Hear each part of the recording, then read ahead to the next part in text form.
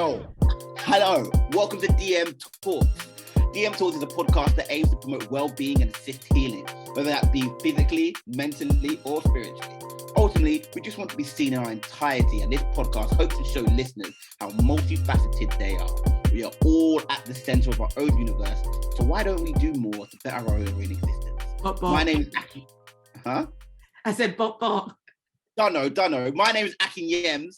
Yeah, and my name is Akin Yems. I'm a DJ, writer, actor extraordinaire, but you know all this. West African and all that, yeah. South London and all that, yeah. And I'm here today with the beautiful, intelligent, spiritual, tarot reading, Phoenix rising, baddest South Sudanese woman in all of not just London or the surrounding home counties or Manchester, all the damn UK and its other British territories, as well as Europe, North, South America, Asia, Oceania, all of that, yeah. I want to give here a massive, everyone make some big noise for my girl, my homegirl, my bestie, my one of my favorite people in the entire world, Seerah DM.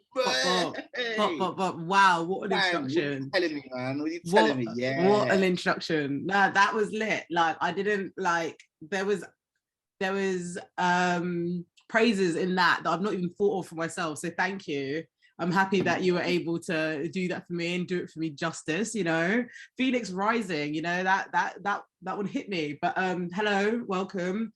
Thank you for coming as a guest host today. I'm excited to hear our conversation. There's such a beautiful introduction. I feel praised for my own belief, and I'm happy to have you as a guest host today. What's new with you, or should you be asking what's new with me? Well, what's new with you? Okay, well, yeah, no, I'm asking you. What's new with you? Nothing.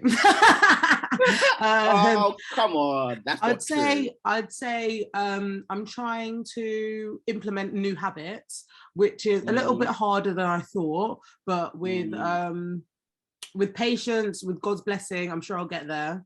I feel like I'm feeling a lot more comfortable and confident with myself, which is good, but I'm also feeling very like I don't want to just say like stagnated, but like I'm feeling very like I don't know how to explain it.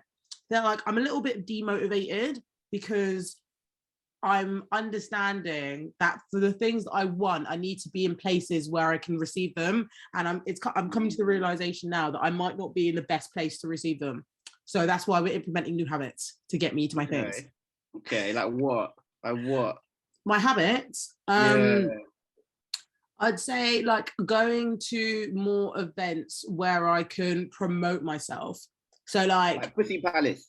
Yeah, so like when I worked at Pussy Palace, that was sick because I was able to get to know more about community. I was able to showcase my craft. I was able to just meet new people, which was really fun. But I think because I live outside of London, but not in London, sometimes I find it quite like I'm quite disconnected from certain scenes. So I need to do more to just get into those scenes. So that's what I've been thinking about. What about you? Yeah, for me, I've been demotivated isn't the word, but I've been putting a lot more pressure on myself recently, and I think it's healthy for me, you know, because you know, so I'm trying to be an actor, and I'm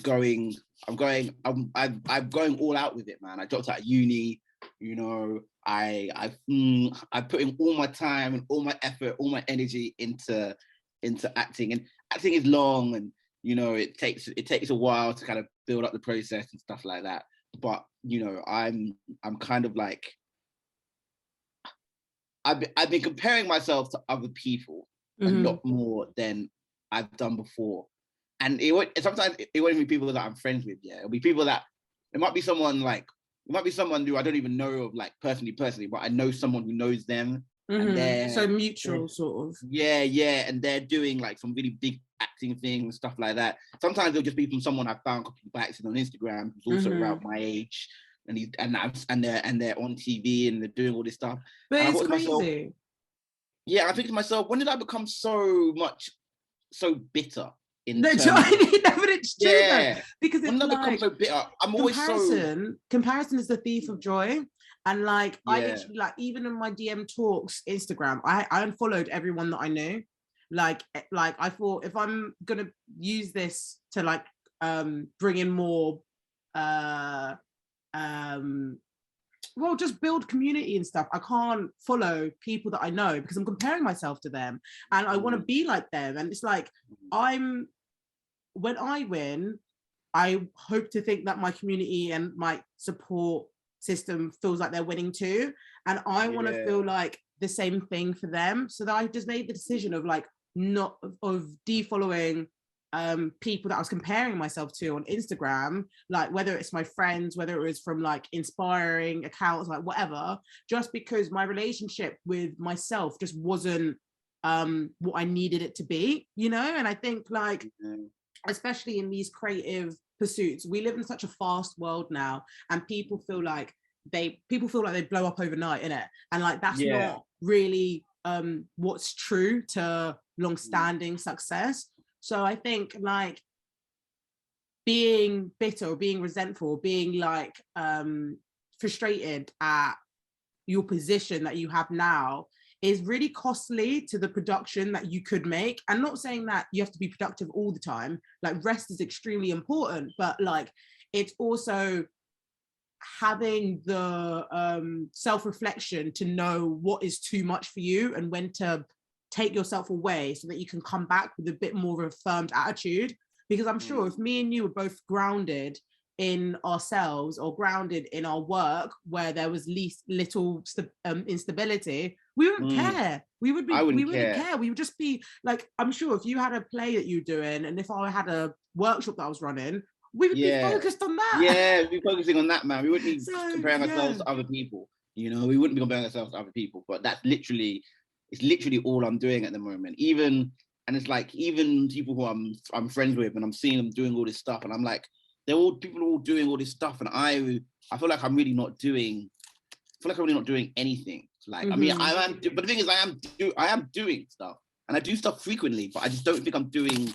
I don't think I always think, okay, well, I could be doing this, I could be doing that, you know. And I've stopped allowing myself to rest as much as I should be, because it's not good. I'm like, I've got to keep going. I've got to keep going. Like, I don't enjoy weekends as much as I used to anymore, purely because on a weekend I won't get like an email or a message from someone being like, oh, we want you. Are you interested in doing this, or can you do that, or can you do this, and something like that. Acting. So now, Monday morning to Monday like lunchtime is my favorite time. That's when people tend to reply back to most emails that I send. So, you know, and which I think is crazy to me. You know, whereas everyone else seems to hate Monday mornings. I love my Monday mornings now.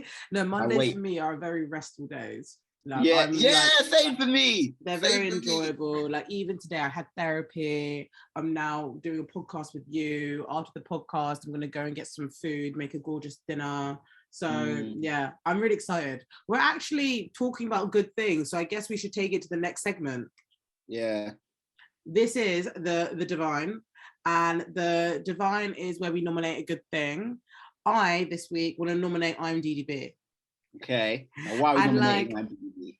I'm nominating IMDb because I think she is literally like just a beautiful force of energy who's so talented. Like I'm sure I've nominated her before in this bloody podcast, but with IMDb, I've been listening to her since 2016. So when we started uni, that's when she dropped her first volume of a mixtape. Yeah. So like throughout each year that I was at uni, she would be dropping tapes and they would really resonate with me during that time of my life. But now it's just really like inspiring to see her just be more celebrated with her community. Like I think she's she has a gorgeous style. She has a beautiful energy. It's very like I'm God's child, so you cannot fuck with me. It's very like self self-aware, self-reflective, but she praises herself so highly. And I just really like her attitude. I think it's very affirming. I think it's very like woman empowerment. I think it's very comforting, and it's just really nice to see artists that are so proud of themselves and so proud of their work. And like, I'm gonna try and listen to more of her music in the mornings, just because I feel like it's such a great transitional state for me. It helps me to prime my mood and prime my day. So shout out to you on DDB. I'm sure I'll interview you. I'm going to say it on this podcast right now. I will interview you one day, whether that's on my podcast or another platform. But I will interview your day. Come on. Because I think she's going to be on the same vibe as me. I think she's also a Pisces babe. Pisces people are very intuitive. They're very receptive. They're very like adaptive to their settings, and I just love to have a conversation with her to how she has evolved in her music and also in her like creativity. So that's my nomination. I'm DDB. Okay, come on, good nomination. And I think you will get to I think you will actually get to interview her one day. So I believe in you. I know you can. Thank you. That's very kind I'd of say you. For my nomination, I think I will go Jamal Edwards.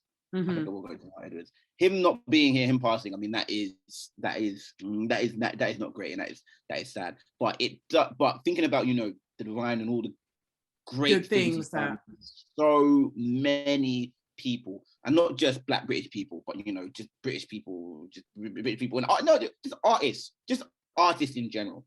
You know, just load of artists in general, and how much impact he's had on the world and how much good he's done. You know, so my nomination definitely goes to him. You know, because without SBTV, you know, there isn't many of the channels people find so great today. So honestly, rest in power and big ups. Honestly, it's so true. Like, I'm sure if you guys listened to last week's mini-sode, the DMC, where we gave Jamal Edwards his flowers, we were just talking about his like contribution to the UK scene. And it's like, he has done so much for music. He's done so much for getting people into certain doors. We were saying that he's a way shower. And for like, actually, you know what? Let me get a definition for the people that don't know. They need a bit more clearer. Because I've learned of the word way shower in like spirituality lessons. So let me just get it up.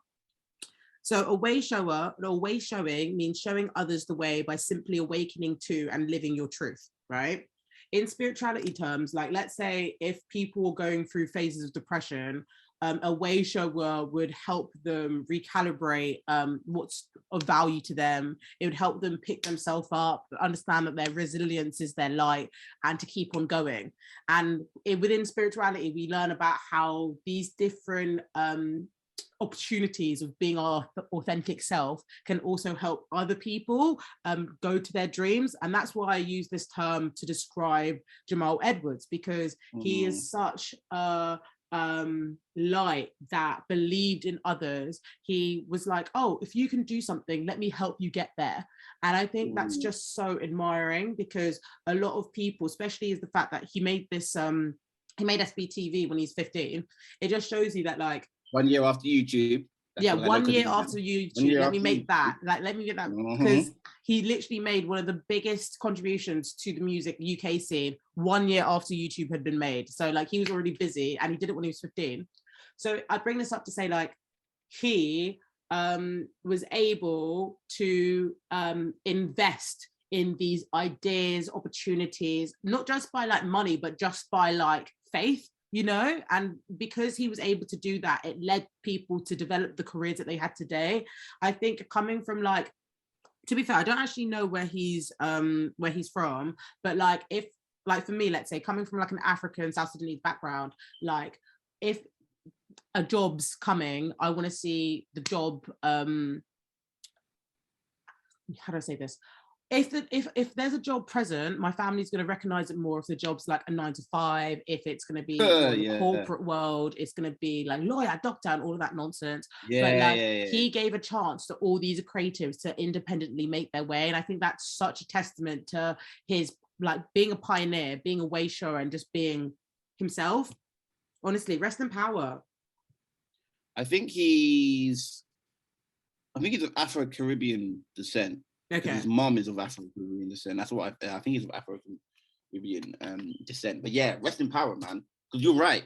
You are right. You know, and like I think that's something else that, you know, I feel like people need to remember. Like he made such a space for Black creatives as well in general. You know, because you ask, it's crazy. I mean, I don't know about you, but my parents, they knew about SBTV. You know, they knew about it. I feel like if I ever said to them, yeah, look, I got a job at SBTV, they'd be like, oh, well done, no way, because that's them and they know what SBTV is. So what year did he make it, actually? I feel like he made it in... So I know he was 15, but I don't know.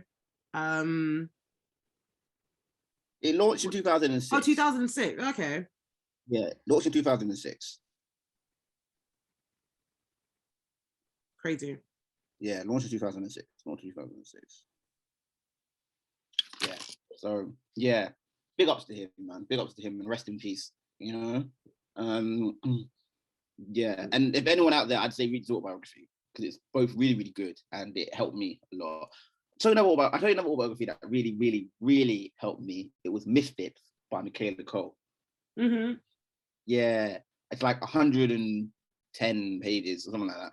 And it's based on the McTaggart lecture she gave in Glasgow a few years ago. Yeah. It talks about her career and like why she declined so many offers for her work and stuff. Yeah. And I read it. I read through it in like 2 hours. And I remember because I was going through a bit of a writer's block at the time with something that I was like, something that I was like working on, something that I was writing. I was going through a mad writer's block. And when I read it, I was like, okay.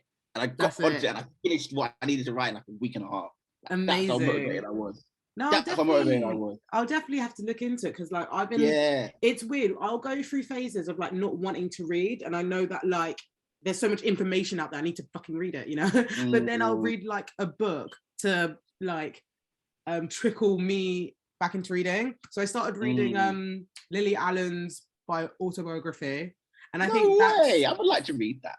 I'd recommend it. She's very honest and she's very like self-reflective. And I think because there's so much information about her, around her, about her family, all of this, etc., etc., it's just nice that she's been able to like publicize her truth. And like I was actually listening to the Receipts podcast recently, and it was like two truths can be held at the same time. And with that story, with her autobiography being so explicit and being so honest, you're able to understand that these individuals are literally just people. Like just because they're public figures doesn't mean that they don't that they are absolved from the same insecurities that you may have. They're just trying their best, and it gives you some autobiographies can shed humanity to people that we aspire to. So I really, really, really enjoy it. Amazing. Quickly, the Receipts podcast is my dad's favorite podcast. Is your dad's favorite? Yeah, he listens to it every single week. I find it really, really funny. Absolutely love that. I absolutely love that. How did he even get involved? My sister put him onto it, and then I think he's read about them in like a newspaper as well, and he was like, "Yeah, okay." So he listens to it every single week. Oh my god, I love that. You know what you should do? You should get him the book. Oh yeah, I forgot they released a book, didn't they? That book was on. I read that book in literally like 2 weeks or like a week. I read it really quickly. Right. It was so good. It was so entertaining. He would like that actually. Yeah, I will get him the book. I'll definitely recommend. Yeah, look at us sharing the light to everybody. Yeah. Come on, man. Come on, man. Love that. Love that. Amazing. That brings us lovely onto our next topic: decoding the message. So, my good friends, my Phoenix protector and my angel Sarah. Oh, that's so kind. What we got for our decoding the message? Our decoding the message. We basically, I put it to Spirit this week, and I basically just asked about what should we talk about. They said long-standing success, personal self-belief and contemplation. And I think all of these subjects are very, it's been, they're very accurate to, they're very accurate, they're very self-circulating. I think walking through what we're going through currently is going to take a lot of self-belief, but that's why it's really important for you to affirm yourself. I think discipline is important. I think forming healthy habits is important, but that saying it and doing it are completely two different things, you know. And I'm trying to like flow with my body. So like right now, one of my goals is to just do more exercise. I preferably like to go to the gym in the morning so that I can eat afterwards and it can set my day. But I overslept today. So because I overslept, I'm not going right now, because then I would have been rushed and would have had a later day and a later breakfast and then start the podcast late, etc., etc. I'm going to go in the evening because I don't need to beat myself up just because I haven't done it at a time that seems fit. I can just do it later and be in flow with my body. Because what if I rushed out this morning to go to the gym? I would have been exhausted. You would have been exhausted. You would have been exhausted if you'd done it, and it would have put a damper. It would have put a damper on the day. For me, that is one thing. I'm trying to eat a lot better. I stopped drinking beer. I stopped drinking beer because I realized I gained a lot of weight when I drink beer and it's got really, really bloated. Okay. So I've stopped drinking beer, and I'm focusing on kind of like, first of all, drinking less, eating. I'm trying to eat healthier. Which, to be fair, I've been doing. You know, I mean, for me, it was a small thing now of just. I mean, I know it's dumb, but it's like, well, I wouldn't say it's dumb, but it's like the small thing now is just that every time I eat something, every time I eat dinner, and now I have vegetables just every single time. Something I never used to do. That's not dumb at all. And not I think like, not only does it fill me up, but it's healthy. So. But then sometimes you start to like it because, like, when I used to eat meat more, I always have to have vegetables with my meat. Like I became obsessed with broccoli. I didn't care. I tell you what I love right now. I love the mixed veg you get. So what I tend to do, because I make a lot of Sierra Leonean dishes and stuff. So I might make groundnut stew. Yeah, I'll make like a big pot like a Sunday or Monday. Nice. Yeah? And I'll save it and I'll put it in the freezer, and then I'll have like 2 bags of like boil in a bag like vegetables, and then I'll make the vegetables, have the rice or couscous depending on what I'm feeling, then the stew, and I'll have that all together. And, bro, I'm loving it, man. Mixed veg, it's got it all. It's got the broccoli, the peas, sweet corn, which is my favorite, and then it's got the other one. Like, I can't remember what it's called. But it's long and green. And it's got pods in it. I guess. Yeah. I can't remember what it. I can't green beans, maybe. Yeah, no. That's it. Green beans, or petit pois or something. Yeah, I think it might be green beans, and then cauliflower and shit. And I just put it. It is amazing. It is amazing. I've been loving that. No, honestly, like I think meal prepping is such a good habit to form. Like I'm trying to like be a bit more creative with my meal prepping now. And I was thinking of like just learning, let's say, one example, I want to learn more about Indian food, Indian dishes. So I was thinking about like a week, just do a different dish for every for like my let's say for dinners, I'll just do a different dish for every day of the week. And then it gets me excited, I'm exploring a different culture, I'm learning about new foods. But like I think one thing that I was speaking about in therapy as well recently is like if you haven't had someone in your life, like usually like a parental figure, to sort of encourage you or affirm you whilst you're doing things, you struggle to do it as much as an adult. And I feel like with me, I'm like one of those people. I've been such a hyper independent person when I was growing up, that now it gets me like I have to find so much drive and so much thirst just to do simple fucking tasks. And it's not even that deep. Like for the average person, they probably think like, Sarah, what do you want about? Like, it's just creating dinner. But for me, like it literally like, it feels like I've got the world against me when I'm trying to find something very simple. And I can't really comprehend it. Like, I feel like there's a part of me that interested in doing new things. But if I'm doing new things with a group of people, then I feel more motivated to do it. It gives me like this indirect pressure to get things going. But if I just have to rely on myself, then I'm just like, but what's the point? Yeah, I get you. That is a good point about the not having a parent figure to drive you. But it's funny. My parents, they would drive me to do things I didn't want to do, and they would just drive me to do things that I really wanted to do.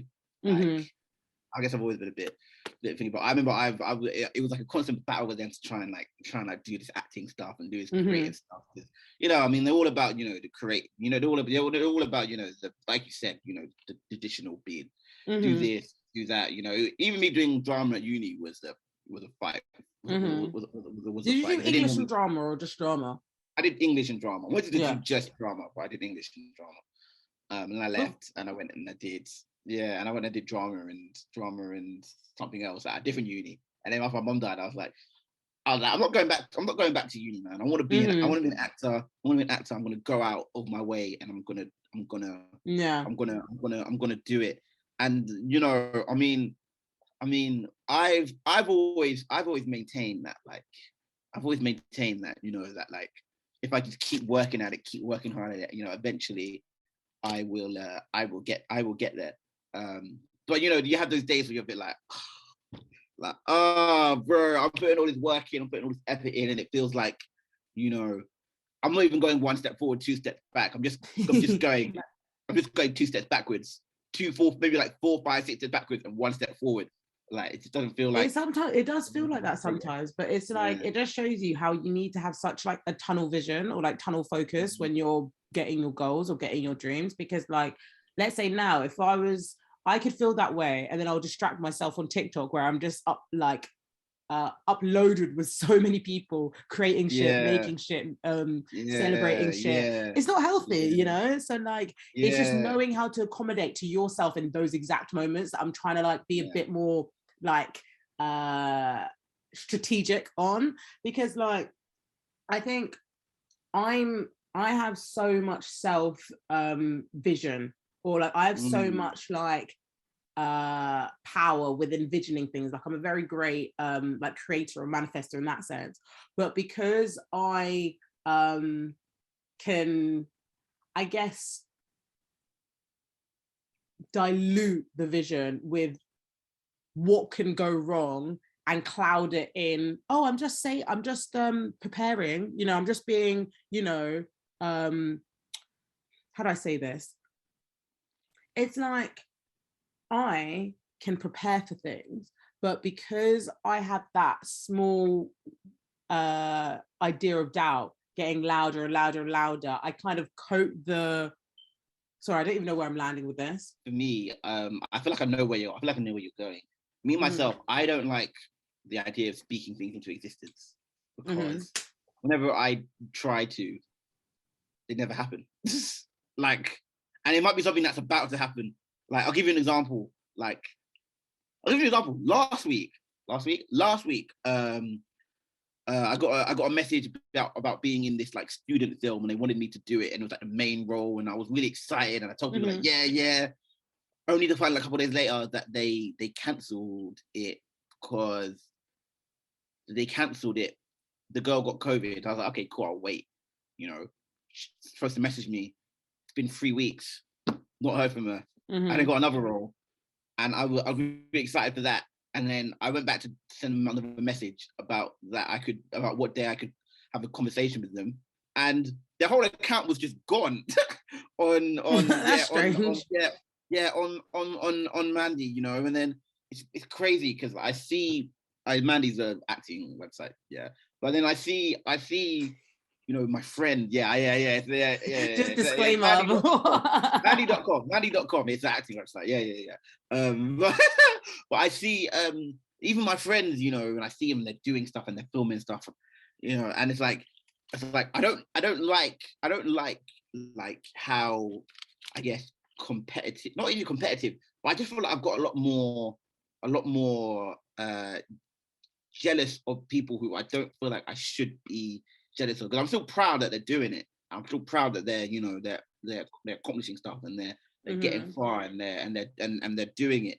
But you know, I apply for so many things, and then the ones I do get, when they end up like not happening, I start getting, and that's when it starts hitting me, and I start getting depressed. And my therapist says to me, you know, like, you shouldn't put so much pressure on yourself, you know, and that you got to keep working at it. This is just the way it goes. I'm just like, yeah, okay. Well, I guess I just want to see. I guess but I'm also, and I know this, I am impatient. Like, I am very. It's interesting that you say that, because this card here is called, wait, can you see it? It's called the Six of Wands, and usually there's the figure standing on it for victory. But I was reading Jessica Dawes' interpretation book, and they said that, like, this is also for hope for your life. And it's also to do with changing the ideas or the motivations to how you compartmentalize or how you process hope. Because at some point in your life, you might have thought hoping was too difficult, and you might have thought that if you hoped for something and it didn't go that way, it could have broken you. So it's to understand and accept that you're changing your belief system, you're changing your ideas, you're changing your perspectives to knowing that they are available, they're just taking their time, and you need to keep yourself occupied whilst they come to you, you know? And I think all these behavior, but this is the great thing about podcasting, this is the great thing about therapy, they're all ways that we can express ourselves, they're all outlets that we can like share this information. Like, we all have these emotions, and it would be ignorant to say that they didn't come up for people, because then they're only being one dimension of themselves, or only exploring like the surface level of themselves. And I think, like, especially with, we can talk, okay, so here's an example. We're here talking about long-standing success, but we need to also take into account how far we've come. Like, one of the reasons why I invited you onto this episode was because you're actually the first person who got me on a podcast when you were head of podcasting. Sure, I did. Do you know what I mean? And it's like, it just shows you that, like, so whatever you go into, what acting role, what production role, what writing role that you go into, you will always have the experience of podcasting available to you, and people will look at that and be like, oh, I'm not just hiring this person to do the role, I'm hiring the wisdom that they will provide me, you know? Thank you so much. You were amazing on that podcast. It's like you've been podcasting your whole life. What year was that? 2018 or 2019? I feel like that was 2019, because it was a week before my final event. So yeah, it was 2019, and I remember I called it the Melanin Dip Special, and it was, obviously amazing. But that was a good one, because it was such an important conversation, because it's about, you know, both just being Black in private school, and, you know, navigating microaggressions and shit like that, you know. And from what I've experienced, especially over the past couple of days, I know how strong you are. From where you come from. I should probably give listeners context. So basically, Akin DJ'd at a event near where I live, and I decided to roll through because, like, you know, have to support and all them things there.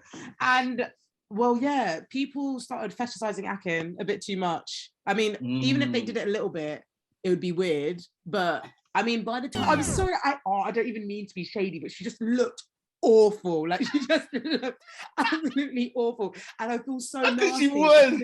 That's because she was out here degrading women like that. But she was. Like, sometimes you gotta call a spade, bro. She was clapped. No, she was like, oh, and like, fuck off. And then she was getting pissy at me, because I was looking at her like, what the fuck? But that just shows you the level of entitlement white people can have, because it's like, oh, I've complimented you. Why aren't you happy with me? Like, I didn't want your conversation. I don't want, man. And I was in the middle of my own conversation with you at the time, like, so it's just, man, it was such a crazy experience. You are, you know, I mean, I fucking hell, like, you are so much just, I have a newfound respect for you. Now, I have a newfound respect for you after, you know, going where, you know, being where I was at. Like, because I just think to myself, that was enough. That was too much for me. I was only there for like 5-6 hours. Like, yeah, exactly. You live there. Like, it's It's crazy. Like, I feel like people, I'll share experiences, yeah. And some people will not want to acknowledge them because it's from an area where, I mean, we've got a queen next door. Do you know what I mean? Like, yeah. It's not everybody has a queen next to where they live. Do you know what I mean? Yeah. So like, I fall into the trap of like not wanting to talk too much because I know my experiences aren't like others. But then when I do talk and it gets acknowledged, people are like, oh, they deep it because they realize how like unavoidable it is, let alone being darker skinned, let alone being a woman, you know. And like, I've taken myself away from, I mean, going out because I don't even care to have these conversations. Like, I remember this one time I went to the pub and this guy started talking to me about BLM. I wanted to talk about the new Spider-Man. Like, that was my whole thing. Like, I didn't want to talk about that. And like, it just made me realize how people just get excited by these conversations. And even in my podcast, like, I talk, but like, you'll see me sort of only mention things when they come up. Like, I won't make episodes dedicated to decoding invisible racist behaviors because it bores me. I'm just bored by it. Like, I just feel like when it's something that has influenced your life so much, yet everybody around you wants to invalidate your experience, you just learn who to talk to and you learn to go where you're wanted. And like, now I'm in the process of like trying to actually implement a strategy to make that a reality. And I think like, I'm blessed, I'm grateful, I'm so honest with myself, and that is my superpower. Like, I'm not going to be deterred by the things that have happened to me, but I'm also needs to put myself in spaces where it can elevate me, you know. And I think like, even if we go back to our conversation about like long-standing success, I'm just at a point in my life where like, I really, really, really just want to be useful. I want to expand. I want to create. I want to be with like-minded people who see my vision like me. Like, we could like have different interests, but I just really want to feel celebrated and useful, because I think in those circumstances you can just expand and create more. You don't have to like wait on others. And I think hopefully with what is creating around me, it'll come soon. But if not, I just need to have fun and creating. That's what I want. I also want to be paid. Let me just chuck that in the prayer. Oh yeah. You will be. You will be. I will be paid, booked, and busy, man. I pray it. Because that's the thing. Yes, I might not be great at manifesting yet, but for you, I would manifest you being booked, busy, and do you know what it is? I think everybody's relationship with manifesting is different, because people will like, you could be like me and study and manifest, or you could be like people who speak it into existence. You could be people who put yourself in those attitudes and just say it to yourself. You don't say it to anyone else. You know, everybody has a different relationship with manifesting. And I think now I'm at the point where I'm a strong manifester, but I need to learn certain lessons, or I need to show that I've learned I need to be in certain environments to show that I've learned those lessons for me to receive more blessings. Because right now I'm in this like limbo period, or this purgatory period, where I'm like, I'm definitely not who I was before. I definitely know who I am now, but I'm also just moving in isolation. And that's helped to a degree, but it's like, what can you do with that isolation? You learn things to share them. It's true. That is true. And that's why I'm so like, I value community so much. Like, recently I went to Birmingham and I saw House of Black, people that I do tarot therapy with, and I've been doing tarot therapy with them for 2 years, you know, and it's definitely contributed to my success as a tarot reader, as a spiritual babe, whatever you call it.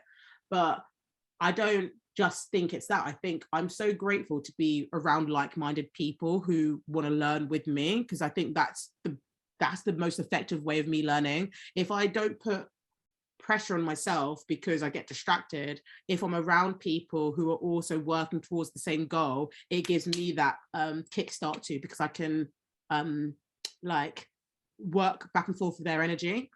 I know what you mean. I have the exact same thing in my drama class. You know, it's all these people working towards, you know, one goal, and we send each other things like open auditions, and we give each other advice, and yeah, you know, we're there to record self-tapes. And I mean, that for me, I think I love that. I don't think I would be one. Okay, I know I wouldn't be as far in my career now if one wasn't for my drama class. I also think I might have given up sooner if it also wasn't for my drama class and my friends from drama, who whenever I'm feeling shitty or I'm feeling like, bro, this is not gonna happen, man. It's gonna keep going. They're always there with support, and they're always there to help me out. And it's just something that I like appreciate so much, because honestly, it's such a blessing. I don't know what I do about my I don't know what I do about my drama mates, so there's that. I also know what I do about my other mates, you know, because I've got all my mates from home, and they're all pretty supportive, and they were with me when my mum passed away, and they're still with me now 2 years later, and that's like my own little community of, you know, Black. You've known them since you were super young, right? Yeah, so young. So, you know, well, actually, I mean, some of them, I've known since I was younger. Some of them I've met, when my friends were in uni, because they went a year before me. So, you know, I've got like this really big amalgamation of really cool people that I'm kind of just like friends with, who just like help me out and stuff. And they're just really, really, really, really helpful. And I understand what you mean by, I know what you mean by community, because I have all these different ones in different places that help me with different things. Exactly. And it's just, it's such a blessing, and I'm so grateful, and I just wish more of it, because I think it can just help you get to where you're going. And even it doesn't need to be a big group of people, it just needs to be like people that know you and trust you and wish you well, you know. I think that's it. I think it's it. Before I feel like you need that. Pardon? I feel like you need that everywhere you go, because I kind of had you as well when I was at uni, man, and you were like me and you. I mean, I could talk to you about shit that I couldn't talk to other people about, you know? And I always like that. You know, I could be honest with you about things going on and shit, and that was always cool. Well, I'm grateful that you trust me enough and like are comfortable enough to share yourself with me, because I think that also is like a level of intimacy, you know, like I can be vulnerable with you because I feel safe to, you know, I can be myself too. And I think that's another thing that we learn in this solitude jungle. One of my friends actually sent me, I can't remember if he sent me on Snapchat or sent me on WhatsApp, but I don't know if you remember this, but I think it was, I put up a story of your hand, and you had my ring on it, and it said that me and you would come. I remember exactly what you're talking about. Yeah, like she said yes. Yeah. That was pretty much it. And he sent it to me the other day. If I can find it, if I can find it. Yeah, we sent it to me the other day, and I remember that because people genuinely believed that I had married. You proposed to me. I proposed to you. That was some crazy shit. That was some crazy shit back in the day. I'll tell you how I met her. When I used to do events. Oh yeah, this is a funny story for you, DM Talk listeners. I put up a promotion, which was like the page that I was running, like the post, comment done, for a chance to win £25. I think it was £25. I think so. Anyway, about like 600 people all fucking like did it. Yeah. I remember telling my business partner, I was like, okay, cool, I'll just choose someone. And the way I chose winners back then was I'd scroll through the likes of the thing, and then I would pick the first Black woman I saw, and she was the first Black woman I saw on there. So I picked her, and she won the £25. and then I met her, and I met her for real. I mean, like a week later in Cuba. I was like, oh, I know you. I was like, what did you spend the money? I was like, I was on something good. I never won anything before. I was like, yeah. It was the first time I'd ever won something. I was gassed. I was like, I remember getting the message on like Facebook or something, and then I saw it, And I was like, oh my God, guys, I won something. And I was running around the kitchen like, guys, I won something. Look at me. I know. It was a beautiful moment. Thank you, Akin, for giving me my £25. I'm sure it went on to something that was great. Yeah, I'm glad. Oh yeah, that is true. We had a great friendship ever since. I like that. Pardon?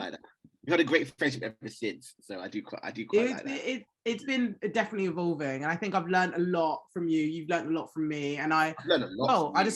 I hope good things for us. Like I can imagine in 10 years when we look back on our life, this video is just going to be here chilling whilst you're out here winning your awards for little time acting. Capsule. Yeah, I like that. We're literally recording a time capsule. I quite like that. As we wrap up DM Talks and we talk about long-standing success, I want to say to listeners, be patient with yourself.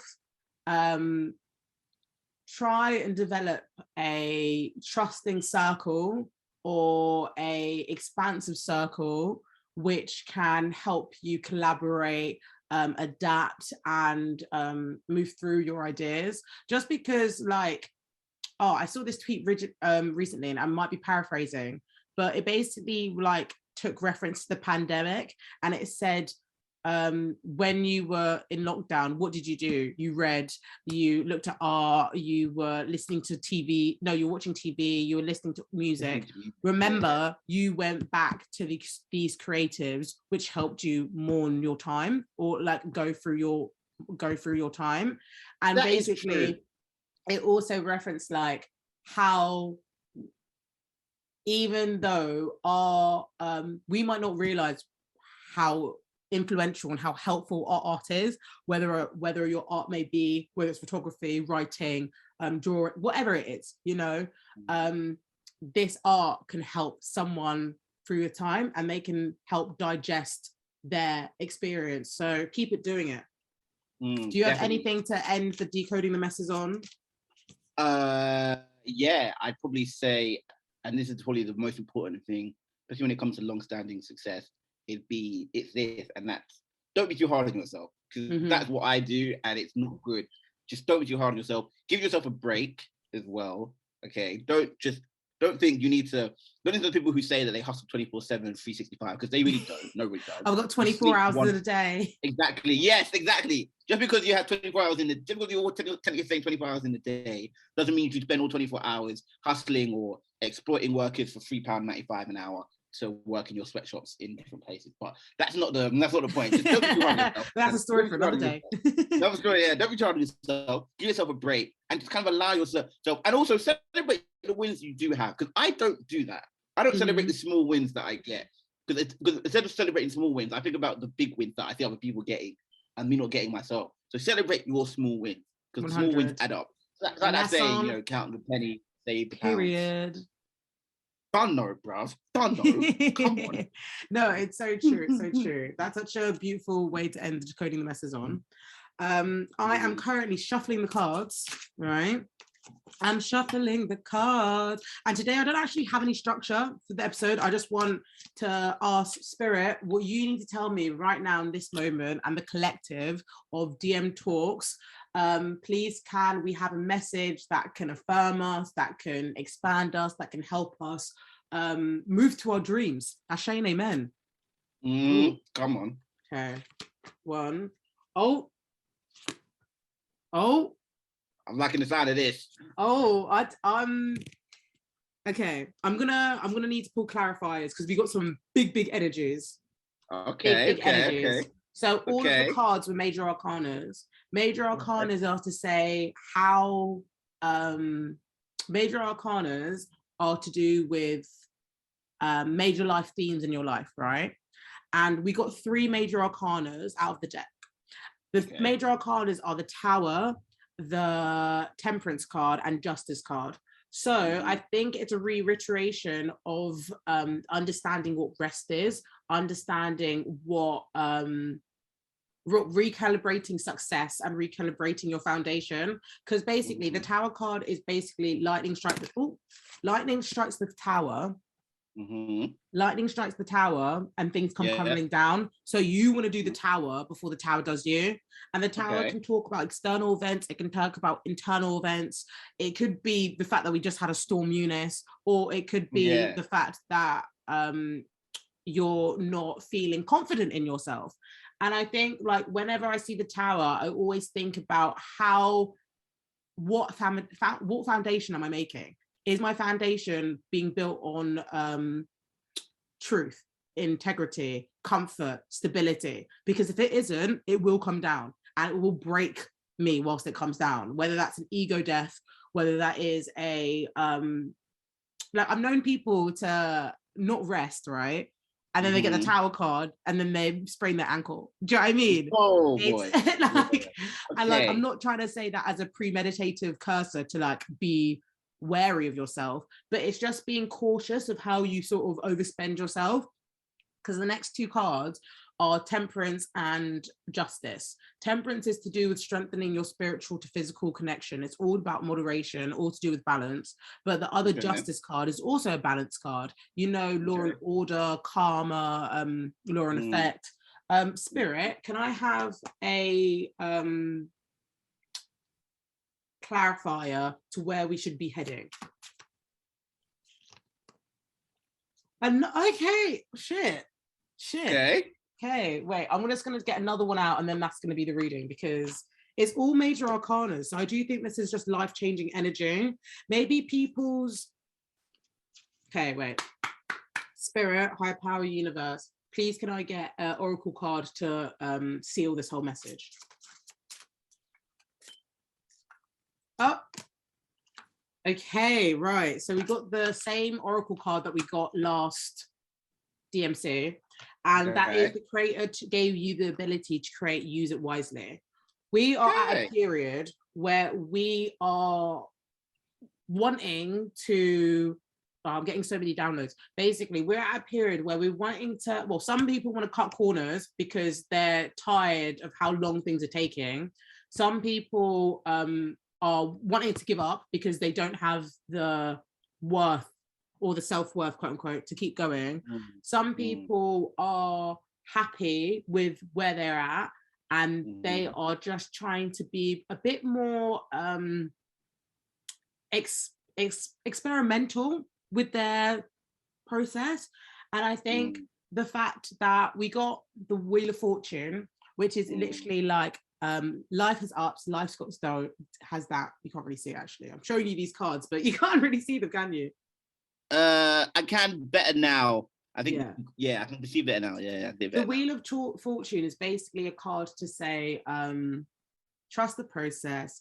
It's also asking you to understand that life has ups and downs and everything is temporary. So you need to do your best to ground yourself whilst you go through those changes.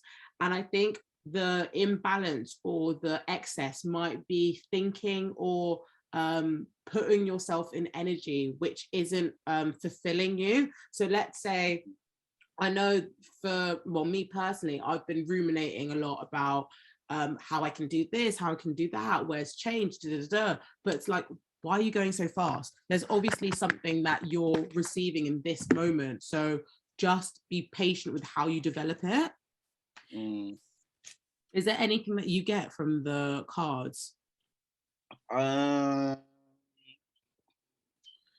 probably say, especially when it comes to instances of the tower. I feel like with me, but also, I feel like the same with. I should be better at explaining stuff, but no, it's like, don't worry. But it's like in terms of you saying that you've been ruminating things where you feel like I've not been doing it, like, oh, I'm doing this, I'm doing that, but you're not being patient enough with things. I feel like I'm the same.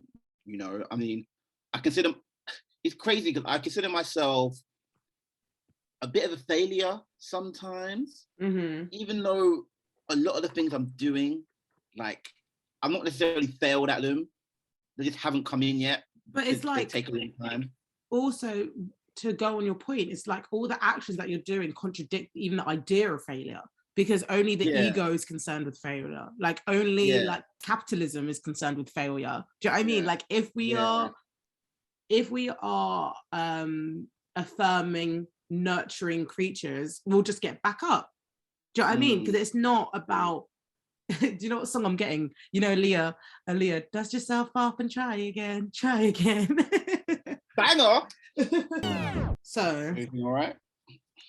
this tarot reading has definitely shown me that it's we're deprogramming our perspectives, we're deprogramming our ability to resist, to control, because we're developing a opportunity to create a new project. And I think the fact that we got so many major arcanas just shows us that we are able to work with the energy around us to develop more balance within our lives. And I think this card is screaming at like, look, change, accept now, don't belittle yourself, don't undermine yourself, because if you do, you're going to repeat the same mistakes that you learned before, you know? Yeah. Because there's just so many major arcana energy, I thought I would get the Tower of Change book by Jessica Dore and read out a little segment for what she says with the Wheel of Fortune. So I'm just gonna give it a read. It says, while I was in social work school, I learned about the stages of the change model, which is developed by James Prochaska and Carlo de Clemente to support people in recovery as a way to normalize and put into context the experiences common to the different phases of change.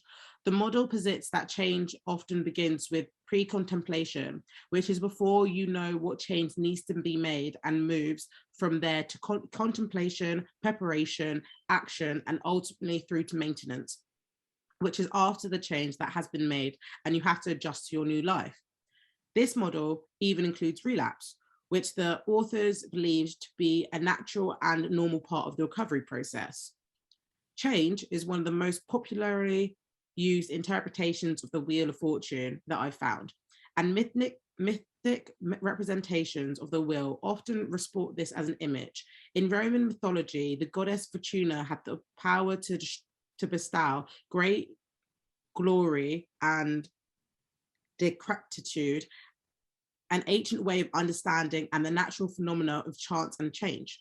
Myths and old story gives us metaphors and symbols to help us remember how our ancestors made sense of enduring realities, but our own life experiences can also give us all we need in order to know the inevitability of change. Change is a thing we have no real choice but to accept and ideally find grace in. It's one of those things in life that is just happening regardless. As certain as the sun is going to rise and set sometime within the next 24 hours of you reading this, I'm not big on advice like trust the process, because it's idealistic, not realistic. We don't trust the process, and that's our problem. So much of what gets us in trouble is our lack of faith in any process where we're not in control, and total rejection of any and all forces that dare to override the way we have hoping things would go from and limited vantage point. That minuscule vista where a single spoke meets the rim of the great wheel we live in. We all get that we should trust the process by now, and a good deal of us even understand why. But the simple fact remains is that we do not know how. And I certainly don't know all the way how to either, but I do think that Prochaska and De Clemente were also something with their stages of change model, especially the relapse part, where they built into it a nod to the fact that no matter how hard you work, how good your intentions, with the flick of a wrist, Fortuna can spin that wheel and send you back to square one. The Wheel of Fortune is a symbol for change, and it's also a symbol of evolution. Its circular shape symbolizes the marriage of opposites and the totality of things. Though we tend to think of evolution as a continuously upward trajectory, shout out to the March of Progress diagram, which depicts the ascent of humans from primate to man. The Wheel of Fortune reminds us that to evolve could be more accurately described as the process of both contraction and expansion. A caterpillar's metamorphosis, for instance, requires a cocoon before a butterfly. I guess this is an overused metaphor for change, but it bears repeating because a cocoon is not a thing that sometimes happens before a butterfly. It is a thing that happens, absolutely, and well, absolutely happens. Prerequisite. I think that it's easier to trust the process when you understand how it works. The way, instead of panicking and being like, oh, fuck, what's happening? You might be able to say something like, wow, this is awful and a part of the process and temporary, and really mean it.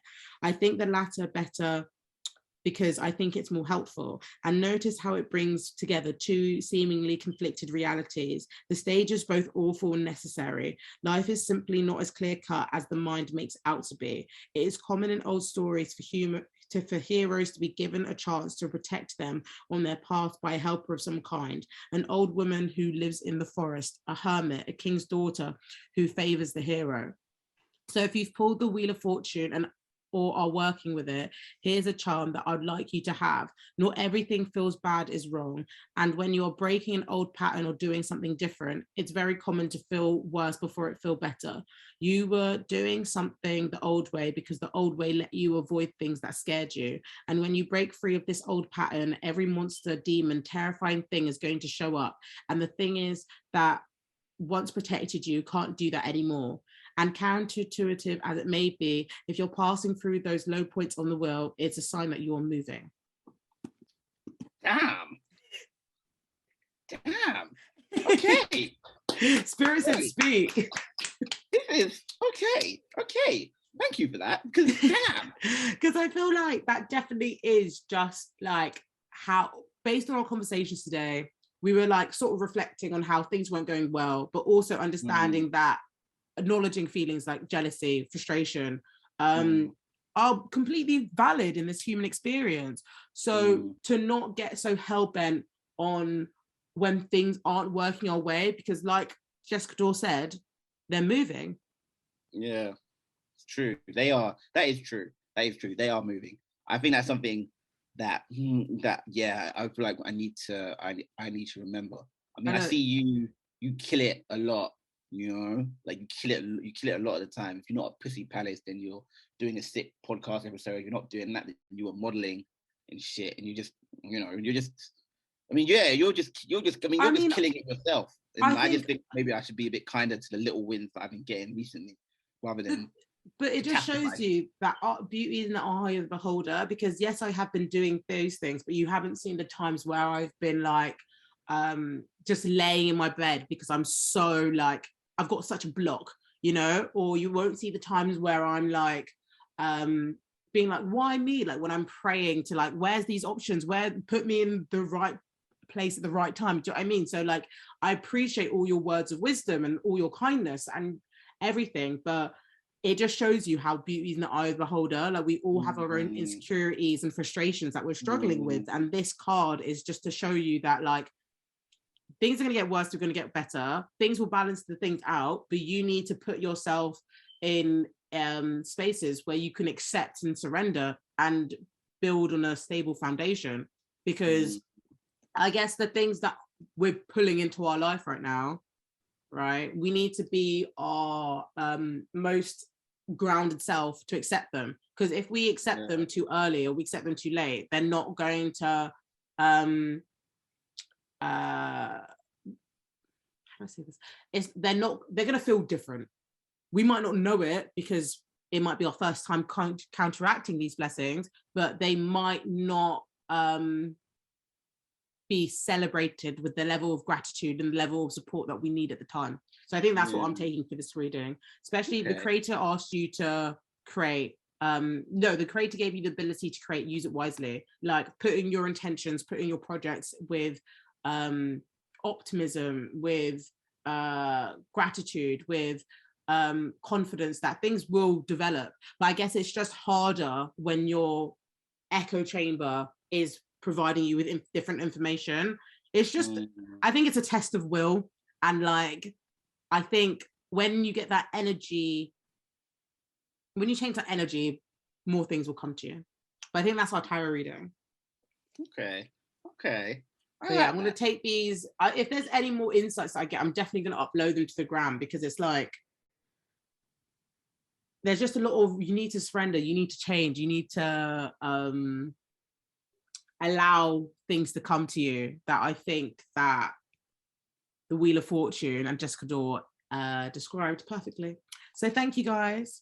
That takes us to our next segment, which is the direct message. And the direct message is where you leave listeners with a take-home message. What are you going to leave the listeners with, Akin? I'm going to leave the listeners with... We'll leave the listeners with rest in power, Jamal Edwards. To remember to not be too hard on yourself, celebrate little wins as well. And also to make sure you tell a friend to subscribe to my good girl, my fucking, come on, like my right hand, yeah. Sarah DM. Thank you. One of the greatest tarot readers I've ever met. Oh, that's really kind. That is very, very kind. I really appreciate your message. I don't even know how do I top that? With the direct message this week, I ask you to take a bet on yourself, and I'm going to do it too. I think we can shy away from discomfort because it's, you know, people avoid discomfort, you know, that's just, that's what people do. But in reality, discomfort is only going to get stronger or louder the more you avoid something. So make sure that you put your intentions first with protection. You are able to adapt and learn in the discomfort, because like the Tarot Change said, you are moving, you know, like you're not standing still. You can believe in yourself and you can go far. So bet on yourself. That like is that's the end of our episode. That's the end of our episode. Woo! I know. It's been a nice one. It's been nice like talking to someone who knows me and like talking to someone who's like seen the development of the podcast, because it's like, I mean, you were on I was on your first podcast in 2019, and now 2 years later, well, 3 years later, I've got one of my own. So look how things change, man. You're doing big things, man. I know. Can you please leave listeners with your socials to let them know where they can find you? My main one I use really is just Instagram, so you can follow me on there at Akin Yems, AKINYEMZ. Amazing. I post stuff like upcoming DJ sets and shit. Yeah, DJ sets. You're also a writer. So I'm sure if anybody's listening to this podcast, they want to get an actor, they want a creative consultant, they want someone with like experience in this background, get at Akin, because they're going to do big things in the future. I can feel it. Thank you. I have been your host, Sarah DM. Well, I've been your co-host because technically Akin was the host this week. But it's been lovely listening to you. I hope you guys enjoyed this episode. You can find me at DM.Talks. You can book a tarot reading with me at my email, which is dmtalks11@gmail.com. But without further ado, I'm going to love yous and leavers. See you guys later. Bye. Yay. Okay, amazing. For a second,